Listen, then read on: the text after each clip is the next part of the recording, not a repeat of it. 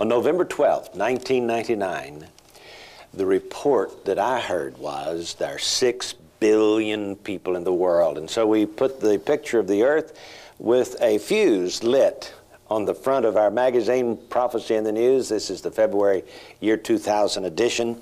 The fact of the matter is there's a lot of people in this world today. Gary Stearman is here to discuss with me the population explosion. And indeed, it is exploding, J.R. This is interesting prophetically because the world, as it's described in the Bible, in the latter days, looks a lot like the world in which we live today, which really can't last much longer at the rate things are changing. Therefore, I think we have another sign that we are right at the conclusion of an age. The population of our world has doubled in the last 40 years. Obviously, it could double again in the next 40 years. Can you imagine 12 billion people on planet Earth in the year 2040? But wait a minute. If we did not have an exponential curve, if that time of 40 years remained constant and it didn't reduce down to 30 and then 20, by the year 2080 we would have 24 billion people. In another 40 years, by the year 2120, we would have 48 billion population. Now, you've got to admit that if Jesus does not come, this world is in trouble, serious trouble. But Gary, we could take the world's present population and put every person on the planet inside Texas. And you're talking about 6 billion people. Yes. So 6 billion people in Texas, what would that look like? Well, first of all, there wouldn't be any farms, there wouldn't be any shopping malls. It would be wall-to-wall houses. Yes. A tract of land of a normal city block is about 20 acres, has 5 acres, has 20 houses on it, 4 houses to an acre. Just put the figures to it, you can see that every home would have to have 9 people in it, and they would be side by side. Can you imagine the pollution? National Geographic's August of 1996 has an article on Mexico City, which, by the way, is the largest city in the world with 20 million people today. I want you to look at the wall-to-wall houses. That's what Texas would look like if the world was there. 20 million people inside this one community. And Gary, I've got another picture over here in the National Geographics of Mexico City, and you can see the smog.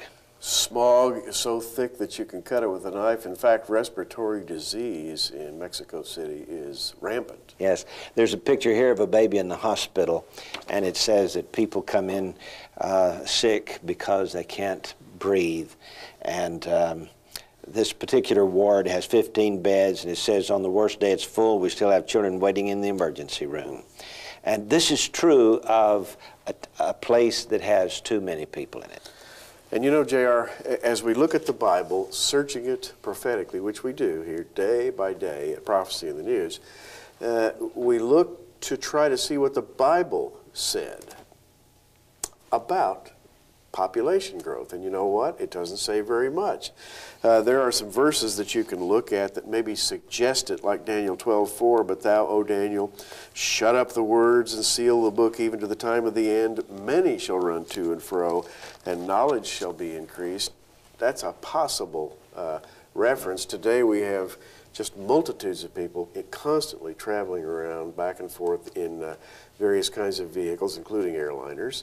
And there are many of them, but the Bible never really paints a picture of the kind of thing you're describing, in which Texas would be wall-to-wall people. Right. Or any other country of the world. Yeah. Now, we're not talking about large cities. We're talking about large states, a state the size of Texas. And how would you feed all those people? Can you imagine the social problems that would be involved? In the Bible, the book of Nahum, speaks about Nineveh, which was the largest city in the world in its day. In fact, it had a rival city, the populous No. I guess that was in Egypt. In Egypt, uh-huh. That's in chapter 3, verse 8. Art thou better than populous No, that was situate among the rivers, that had the waters round about, whose rampart was the sea, and her wall was from the sea? Ethiopia and Egypt were her strength, and it was infinite. But Nineveh was bigger. In fact, 60 years earlier, when Jonah went to Nineveh, it took him 3 days to get across the city, or through the city, or in the city. Somehow or another, it was a 3-day journey in the city. It was a huge city. And listen to chapter 2 of Nahum. And I think Nahum here is a picture of the world in the end time. As we near the Battle of Armageddon, because Nahum here falls. It is the burden of Nahum. In chapter 2 it says, the chariots shall rage in the streets, they shall jostle one against another in the broad ways, they shall seem like torches, they shall run like the lightnings. Well, Gary, that's a pretty good picture of the modern world today. It really is, and there's an irony here in the book of Nahum, and that is that this populous No that's mentioned in verse 8 of chapter 3 is the city of No Aman. Well, if you bring that into modern Egypt, we're talking about Cairo. And J.R., I have noticed just lately in an article that Cairo in Egypt is really in about the same shape as Mexico City. Absolutely has no more place to build except to go up to accommodate people. When I visited Cairo a few years ago, people were living in tombs. They used to be graveyards. They just cleared out the bones, and families were living in those as makeshift houses, ghetto-type areas. Interesting thing about this August 1996 edition of National Geographic's Emerging Mexico, a special issue.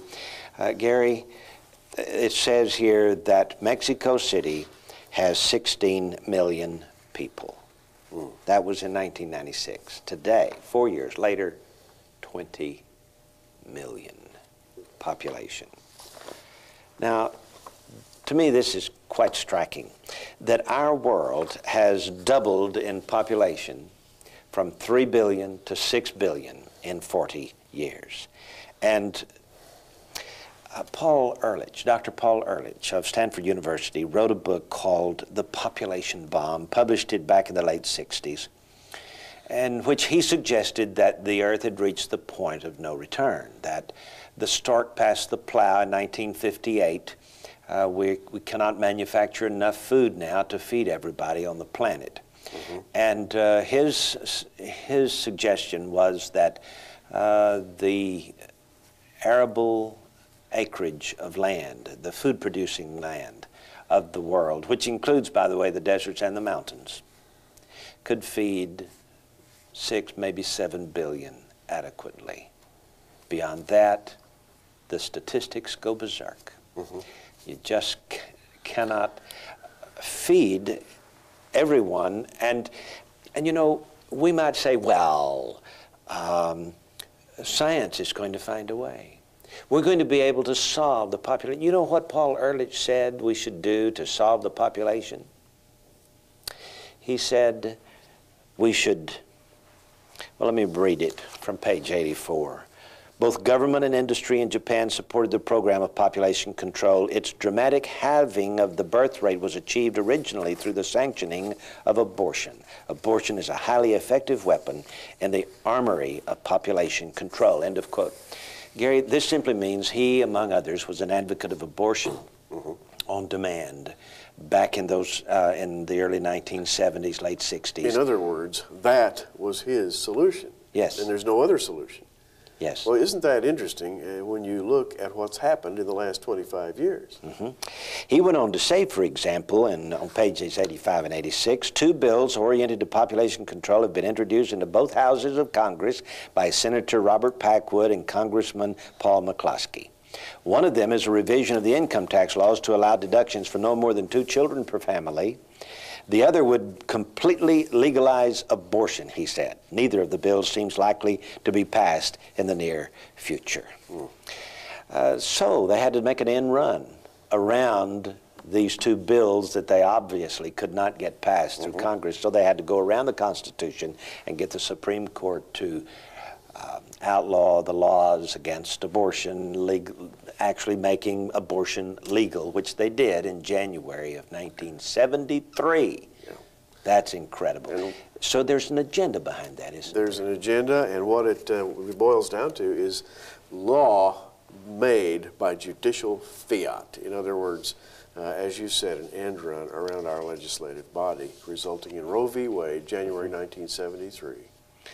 There's a lot more you need to know about this population explosion. We'll be back in just a moment. Don't go away. If Jesus does not come very soon, the world's population in the next 40 years will double to at least 12 billion people. Now, there are left-wing groups, socialist type groups, very liberal politicians who are trying to stem the tide of population growth. And they started in the United States, and they got China to get in on this. They legalized abortion in 1973, on January 21st, 1973, in the infamous Roe v. Wade. According to the Population Bomb, a book by Paul Ehrlich, professor of biology at Stanford University, in 1970, in March of 1970, a 2-year commission on population growth in the American future was established under the chairmanship of John D. Rockefeller III.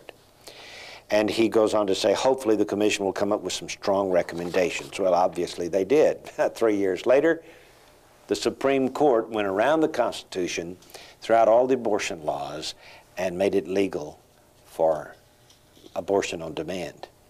And of course, millions upon millions of children have been slaughtered in the United States alone, much less the rest of the world, since then. He said on page 86, beginning with Senators Ernest Gruening and Joseph Clark in the mid-1960s, there's been a small group of dedicated people in Congress who have been trying to get the government to move on these matters. More recently, the ball has been carried by Senators Joseph Tidings and Robert Packwood, and Representatives Paul McCloskey, George Bush, and James Schumer. A few other senators and congressmen have indicated concern for the population problem. So, Gary, since those days, all the politicians who have come out running for president, who have said, I'm against abortion, I'm against Roe v. Wade, we need to review it, it's all lip service. It is, and as you were talking, I was thinking of the words of Jesus to his disciples. And he gave, of course, the 3 famous signs of end-time conditions, one being earthquakes, but 2 of them having directly to do, really, with population, and that is famine and pestilence. As we've already seen in Mexico City, as you lump people together into a high population situation, the medical needs rise exponentially, and so do the food needs. At the same time, you're beginning to cover up the land that would ordinarily be arable land. Agronomists have even warned that in the United States, the expansion of suburbs, for example, around the city of Chicago, we are routinely paving areas that used to be prime Illinois farm bottomland, and those are being paved in order to make strip malls, office and apartment complexes, and so it's happening right here, right now. In fact, high-rise apartments have become popular in other parts of the world. And you go to Israel, for example, that's all you see. They know they don't have much land, and they know they've got to put a lot of people in that little territory. Yes. And so all housing is high-rise apartments, and has been for years. So you see, there has been planning for this future growth. But only people who believe there is no God are trying to save the ecology, save the rainforests. And I'm not against that. Now, don't misunderstand me. I think we ought to be good stewards of what God has given us here. But I've had Christians say, Jesus might not come back for another 250 years. You know, the Jewish calendar is off from our calendar by 240 years, so maybe our year 2000 is wrong, and maybe it'll be the year 6000 by the Jewish calendar when Jesus comes. Oh, screw your head back on straight, my friend. That's not possible. Well, suppose we are able to solve the population problem. How are we going to do it? Let's say that in the year 2100, we don't have upwards to 30, 40 billion. We only have 12 billion, like the United Nations has suggested, because they're going to be able to control the population. Suppose we only have 12 billion. We double in the next 100 years instead of the next 40 years. What about the next 100 years? And the next 100 years after that? And the next 50 years after that, because it's got to be another 240, 250 years before Jesus comes. My friend, the very best estimates, the very best that mankind could do is academic. There are too many people being born. As a matter of fact, the one-child rule in China has not stopped their population growth, J.R. It's the most draconian situation in the world, and they're still having population problems. Not only that, but when you begin to consider the way the world population is growing, you find that, for example, in the civilized regions of the world, the United States and Northern Europe, educated people are having fewer children. In Northern Europe, some demographic studies have shown 0.4 children per family. That's less than one child per family. Sometimes in the United States, we're down to 1.2 to 1.4 children per family, whereas in the equatorial countries, all the way across China, India, Africa, and into this hemisphere, into South America and Central America, JR, sometimes as many as 6 to 8 children per family. And so the uneducated people are populating the world faster than the educated ones are, which means that the problem is compounded by not only logistics and available space, but by the willingness to solve the problem.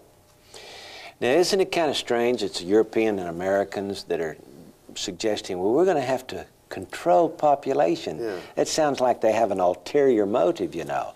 We've got to stop all these underdeveloped countries from having so many kids with so many mouths to feed.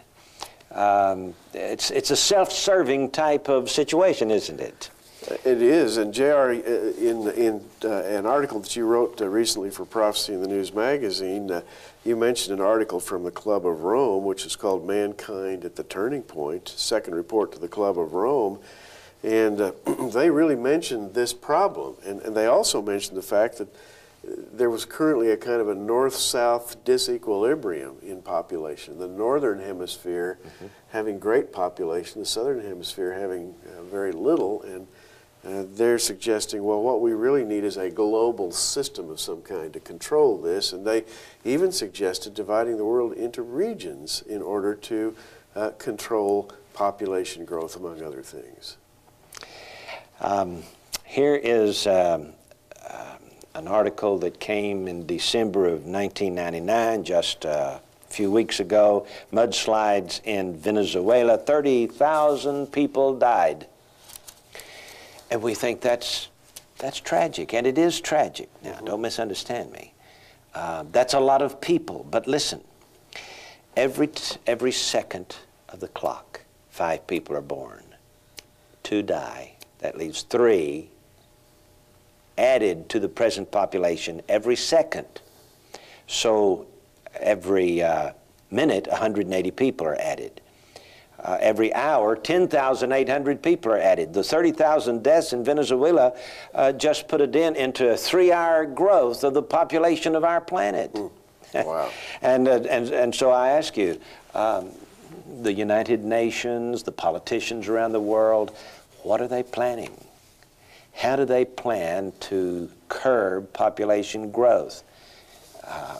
Even disasters such as 30,000 people being killed in a single storm accounts for only a 3-hour growth of the population.